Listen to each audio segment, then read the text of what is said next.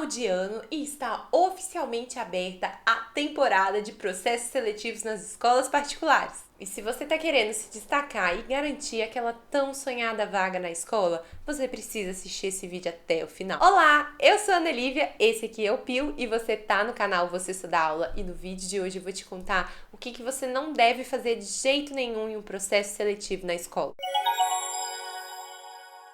Vamos começar esse vídeo contextualizando, porque geralmente as escolas abrem processo seletivo no final do ano / início. Então ali por meados de agosto, setembro, eles já começam a abrir, o banco de dados para você cadastrar o seu currículo. E aí durante esse percurso, eles muitas vezes vão executando o processo seletivo, vão chamando os professores, existem etapas que a gente vai comentar. E às vezes isso se prorroga até janeiro. Ai, Ana, eu tô vendo esse vídeo em fevereiro, quer dizer que eu perdi? Não, eu mesma já consegui vagas, de carteira assinada em escolas fora desse período, porque existe uma certa rotatividade. Às vezes um professor ele consegue uma vaga melhor em outra escola e acaba deixando outra, então fica uma vaga em aberto. Então não desista. Mas final de ano, assim, até ali meados de janeiro, é a época que as escolas mais fazem processo seletivo, porque elas precisam estar com a equipe já fechada para o início das aulas, que costuma ser em fevereiro. Então é importante que você fique atento durante esse período. E não existe um padrão, não existe regra, mas existem algumas etapas que geralmente compõem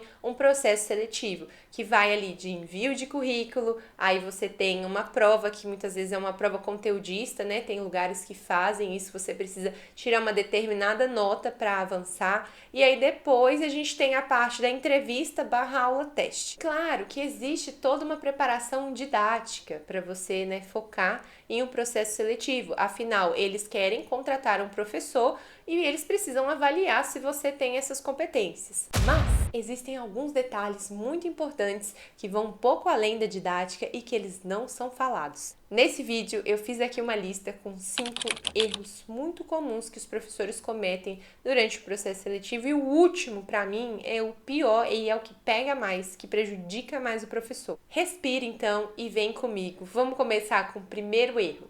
Geralmente, quando uma escola fala: estamos abrindo vagas para professores de tal disciplina, o que você faz? A primeira coisa é você enviar um currículo. Acredite se quiser, mas o envio do currículo é uma etapa que é eliminatória. Eu já trabalhei na parte pedagógica de um cursinho como coordenadora, e a gente fazia esses processos seletivos que a gente precisava, de professores para o corpo docente. E, gente, tinha casos que a gente eliminava o candidato só de ver o currículo dele. O primeiro erro que eu quero trazer aqui, que ele é muito comum e as pessoas acham que não, é um currículo mal estruturado. Parece coisa batida, mas não é. Presta atenção, você não precisa contar a sua vida inteira acadêmica no seu currículo, porque existe isso. Muitos professores querem colocar tudo no currículo. Então, eu fiz um curso de formação livre ali, assisti uma palestra, vou colocar. Já tive casos, gente, de receber currículo de 3, 4 páginas. Não, o currículo é para ele ser feito em uma página só.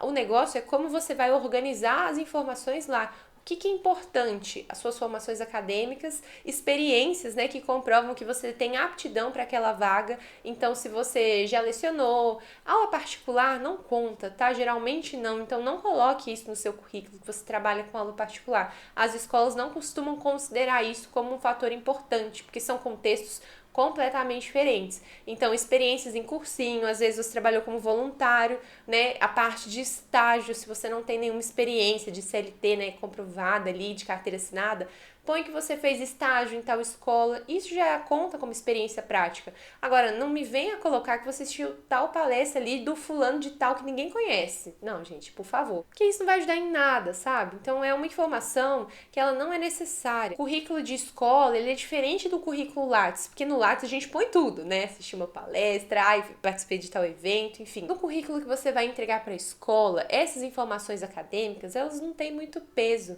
Então, a gente precisa filtrar. É importante que você mostre que você é um professor atualizado. Então, se você fez, por exemplo, cursos de formação continuada, curso de capacitação, às vezes você tem uma pós-graduação, está cursando, isso é legal você mostrar. Mas assim, coloque coisas que você realmente acredita que vão ter peso. Não ponha muita coisa no seu currículo. Tem gente ainda que, teve um que a gente recebeu uma pasta com certificado. Ninguém olha isso, não é o momento, sabe? Ninguém vai ficar conferindo se você tem certificado de tal curso e tal, não é a parte. Eles querem saber se, a princípio, vendo ali o seu currículo, e é uma página, porque processo seletivo de escola, eles recebem muito currículo, então não tem tempo para ficar folheando, sabe? É uma coisa objetiva e direta. Isso que é ser um currículo bem estruturado. Tem muitos professores que pecam para mais, né, enchendo o currículo, e outros que pecam para menos, então não põe as informações. Ai, Ana, mas eu tô começando agora na área, eu não tenho nada para colocar no meu currículo. Isso é um caso específico, e tudo bem, né? Todo mundo começa do zero. Nesse caso, é interessante que você organize o seu currículo para que ele tenha um visual atrativo. E quando eu falo isso, é realmente informações ali bem organizadas, uma coisa bem estruturada. Não precisa encher linguiça, não precisa falar que você é fluente em mandarim, isso não vai ajudar em nada na vaga, sabe? Combinado? Podemos ir pro segundo erro? Então respire e vem comigo.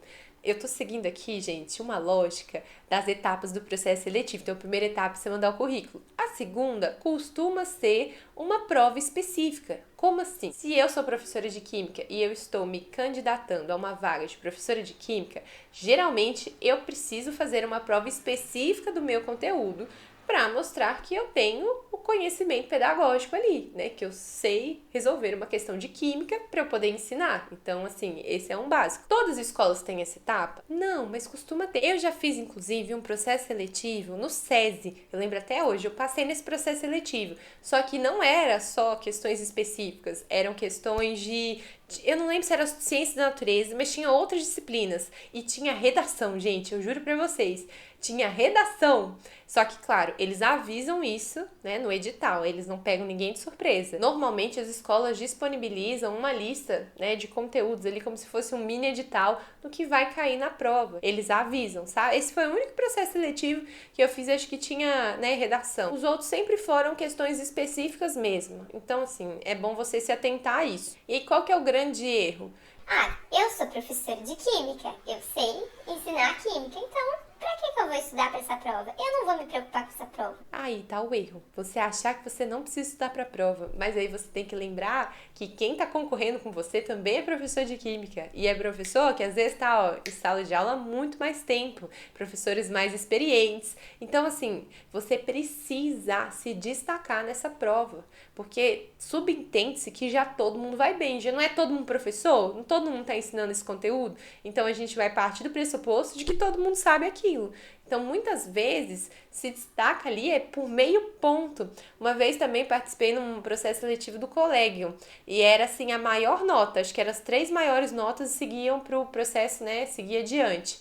E aí, gente, era a diferença, assim, de décimos, sabe? Era uma coisa absurda. Então, você não pode dar bobeira nessa hora, sabe? Você realmente precisa estudar e fazer o seu melhor para você se destacar. E eu estou falando aqui de processos seletivos sérios, porque a gente sabe, né, que existe em alguns casos a famosa peixada, né? Que, esse professor conhece o filho do diretor e não sei o quê. Então, assim, não é esse caso. Aí, assim, isso já é outra história. Mas esses processos seletivos sérios, eles costumam ser bastante concorridos. Esses, assim, de boas escolas mais visadas. Por isso, não acho que você não vai estudar para a prova que vai dar tudo certo. Você precisa realmente se dedicar nessa etapa. Vamos falar agora um pouquinho da entrevista, porque essa é uma etapa que as pessoas costumam ficar muito nervosas. Eu gosto da ideia de que processo seletivo não é só a escola que está te avaliando, você também vai avaliar se você quer trabalhar ali. Então, a entrevista é esse momento, sabe? Não precisa ficar nervoso. A escola que tem que ficar nervoso, assim, perder você como profissional. Mas não, tô falando sério, gente. É porque as pessoas ficam nervosas, porque de fato a entrevista é um momento em que eles vão perguntar sobre você. Eles querem saber as suas experiências, querem saber os seus valores, o que você defende, como que você costuma, né, trabalhar e etc. Então é realmente um momento de conversa. E como toda conversa, a gente tem momentos em que a gente escuta e temos momentos em que nós falamos. Senão é monólogo, né? Aí não é conversa. Em uma dessas trocas, às vezes você já pega intimidade ali. Um grande erro que os professores cometem é falar mal de experiências anteriores. Sabe por quê, gente? Isso pega muito mal. Isso, assim, soa como falta de profissionalismo. Não é legal você ficar metendo pau na escola que você já trabalhou. Mesmo que tenha sido uma merda, sabe? Mesmo que, sei lá, tenha acontecido tudo de ruim. Não fala isso, guarda isso pra você. É só falar que você é grato pela oportunidade, pela experiência que você teve naquela outra escola. Não precisa falar por que você saiu e etc. E geralmente eles não perguntam por que você saiu. E se perguntar por acaso, não precisa ficar dando detalhes, né? Então fala, não fazia mais sentido pra mim, tô buscando outras oportunidades de crescimento. Sei lá, mas não fala mal dessas experiências que você teve. Ainda pensando nesse contexto de entrevista, como eu disse, é a ideia que seja uma conversa. Então, assim, existe um momento em que você vai ouvir, geralmente, né, a coordenadora ou coordenador, enfim, quem estiver lá, vai te contar um pouco sobre a escola. É legal que você já tenha pesquisado um pouquinho antes para você saber, quantas unidades são, como é que é a linha, né, o que eles defendem, valores e etc. Só para você não chegar lá de mão abanando, afinal, você tá também, né, querendo um emprego lá, você precisa saber onde você está se metendo. Então é importante você ter uma mini pesquisa ali. Mas eles vão te contar um pouquinho da estrutura da escola, como são as turmas, né? Como é que eles trabalham. E é legal que você escute, mas que você também faça perguntas, porque esse é o nosso quarto erro. A galera não faz pergunta em entrevista. Fica uma coisa muito passiva, tipo assim, você ouvindo, aí eles perguntam alguma coisa sobre você, né? Tipo, você é formado? Sim. Vi aqui que você tem mestrado? Sim. Vi aqui que você tem experiência em tal coisa? Sim. Aí fica uma coisa muito bizarra. Então, esse é o momento que você tem para trocar, né? Para se conectar ali com os coordenadores, para você mostrar que você é um bom profissional. É legal você, né, falar de você contar ali as suas conquistas, então, assim, formação acadêmica, que você gosta de se atualizar, que você tá à frente, às vezes, de pesquisa. Isso é muito legal você contar. Mas é legal você perguntar da escola também. E não fazer pergunta burra, tá, gente? Existe isso, né? Que às vezes a pessoa te contou uma coisa, você vai e pergunta o que ela acabou de falar. Não, perguntas críticas. Então, às vezes eles te contam, a gente tá aqui com uma estrutura assim de terceiro ano. Mas por que vocês estão com essa estrutura, né? O que fizeram vocês mudar? Qual material que vocês estão usando? Vocês usam qual plataforma? Eu tenho experiência com essa plataforma, já trabalhei em tal escola. Ou então, não, essa aqui eu conheço, mas nunca tive a oportunidade de usar. Mas eu me dou muito bem com tecnologias. Então, esse é o momento para você trocar. É muito legal, assim, quando você demonstra interesse pela sua escola. Porque, assim, querendo ou não, as pessoas que vão te entrevistar ali, elas já meio que te conhecem. Elas já têm seu currículo, já deu uma lida, sabe? Então, assim, vamos quebrar um pouquinho, fazer algo mais disruptivo ali, algo que chame atenção, que você realmente mostre que você está interessado naquela vaga. Isso é um diferencial, pode acreditar em mim. E agora, nós vamos falar do quinto e último erro. Eliminatório, tá? E pega muitos professores. Você tá preparado? Então já se inscreve aqui embaixo no canal, que toda semana tem vídeo novo. E já aproveita para dar um like nesse vídeo, porque assim você me ajuda a divulgar esse conteúdo para mais professores. Quando falo que o professor precisa fazer uma aula teste, geralmente isso já é motivo para pânico. E eu não sei por quê, porque você ministra aí 30, 40 aulas semanais, aí na hora de fazer um processo seletivo de uma aula teste, aí fica aí com essas palhaçadas. Não, gente, aqui não. Então, só para você entender, a aula teste costuma ser uma das últimas etapas ali dentro de um processo seletivo. Nos últimos que eu participei, eu fiz a aula teste, inclusive, junto com a entrevista. Então, foi a entrevista primeiro e a aula teste depois, sabe? Então, costuma ser uma ali das últimas etapas. O que é uma aula teste? O nome já fala, é uma aula em que você vai ser testado. Eles vão avaliar como é sua didática, como você vai ministrar essa aula. E aí tem um grande erro. Uma aula normal costuma ser 50 minutos. Uma aula teste, gente, ela não vai ter uma duração de 50 minutos, porque vai ser só ali um momento pra galera te avaliar. E quem que vai te avaliar? Às vezes tem um diretor, já aconteceu casos, a parte da coordenação, né, algum professor de área, ou então, né, professores ali de outras disciplinas, mas geralmente existe ali uma banca. E eles vão realmente avaliar suas competências e habilidades como professor. Então, vai desde organização do quadro, vai didática, o tempo. Então, é uma aula que costuma durar entre 15 a 20 minutos. É realmente ali um pedacinho. E aí, qual que é o grande erro que os professores cometem? Eles acham que precisam ensinar tudo do conteúdo nessa aula teste. E não, porque nessa aula você vai ensinar um conteúdo da sua disciplina. Pode ser que seja um conteúdo em aberto, ou seja, você escolhe o conteúdo que você quiser. Nesse caso, eu recomendo que você escolha um conteúdo que você tenha domínio, tá? Ou pode ser que seja um sorteio, então eles vão escolher um tema lá e falar, olha, preciso que você dê uma aula sobre efeito estufa, e aí você precisa, né, montar. E eu já vou te avisar, você não vai conseguir ensinar tudo sobre efeito estufa nessa aula. Então, a aula teste, ela é um pequeno recorte, ela não é sobre quantidade de conteúdo, ela é sobre a sua didática. E aí esse é o grande erro. Então, quer falar efeito estufa? Então, beleza, o professor quer socar um capítulo inteiro de efeito estufa em 20 minutos. Não vai dar. O que é que você vai fazer? Você vai montar um plano de aula redondinho, que ele tem que ter início, meio e fim. Começa a aula falando, olha, na aula passada, lembra, a gente viu tal e tal conceito. Então, nessa aula de hoje, a gente vai estudar o conceito X, não é? A gente vai estudar o que é um efeito estufa. Quando estiver acabando ali o seu tempo, né, que isso é um outro fator importante. Se é 15 minutos, gente, é 15 minutos, você não vai passar disso. Tá? Em respeito à banca. Às vezes quem passa é até eliminado, então planeje esse tempo. Aí quando chegar no final você fala, olha, então a gente vai ficar até aqui nessa aula, na aula que vem a gente vai ver tal e tal e tal conceito. Então tenha início, meio e fim. Ensina tudo redondinho, para não abrir brecha para eles perguntarem coisa do conteúdo. Claro que você vai saber, né? Porque tudo que você está ensinando ali você sabe, a gente vai partir desse pressuposto. Mas vamos fazer uma coisa bem didática para que não tenha dúvida, para que eles não fiquem perguntando, mas isso aí que você colocou, esse conceito, não é isso, né? Porque às vezes até te confunde na hora. Então toma cuidado com isso. Então praticamente nessa aula você vai ter que se atentar em o que você vai ensinar.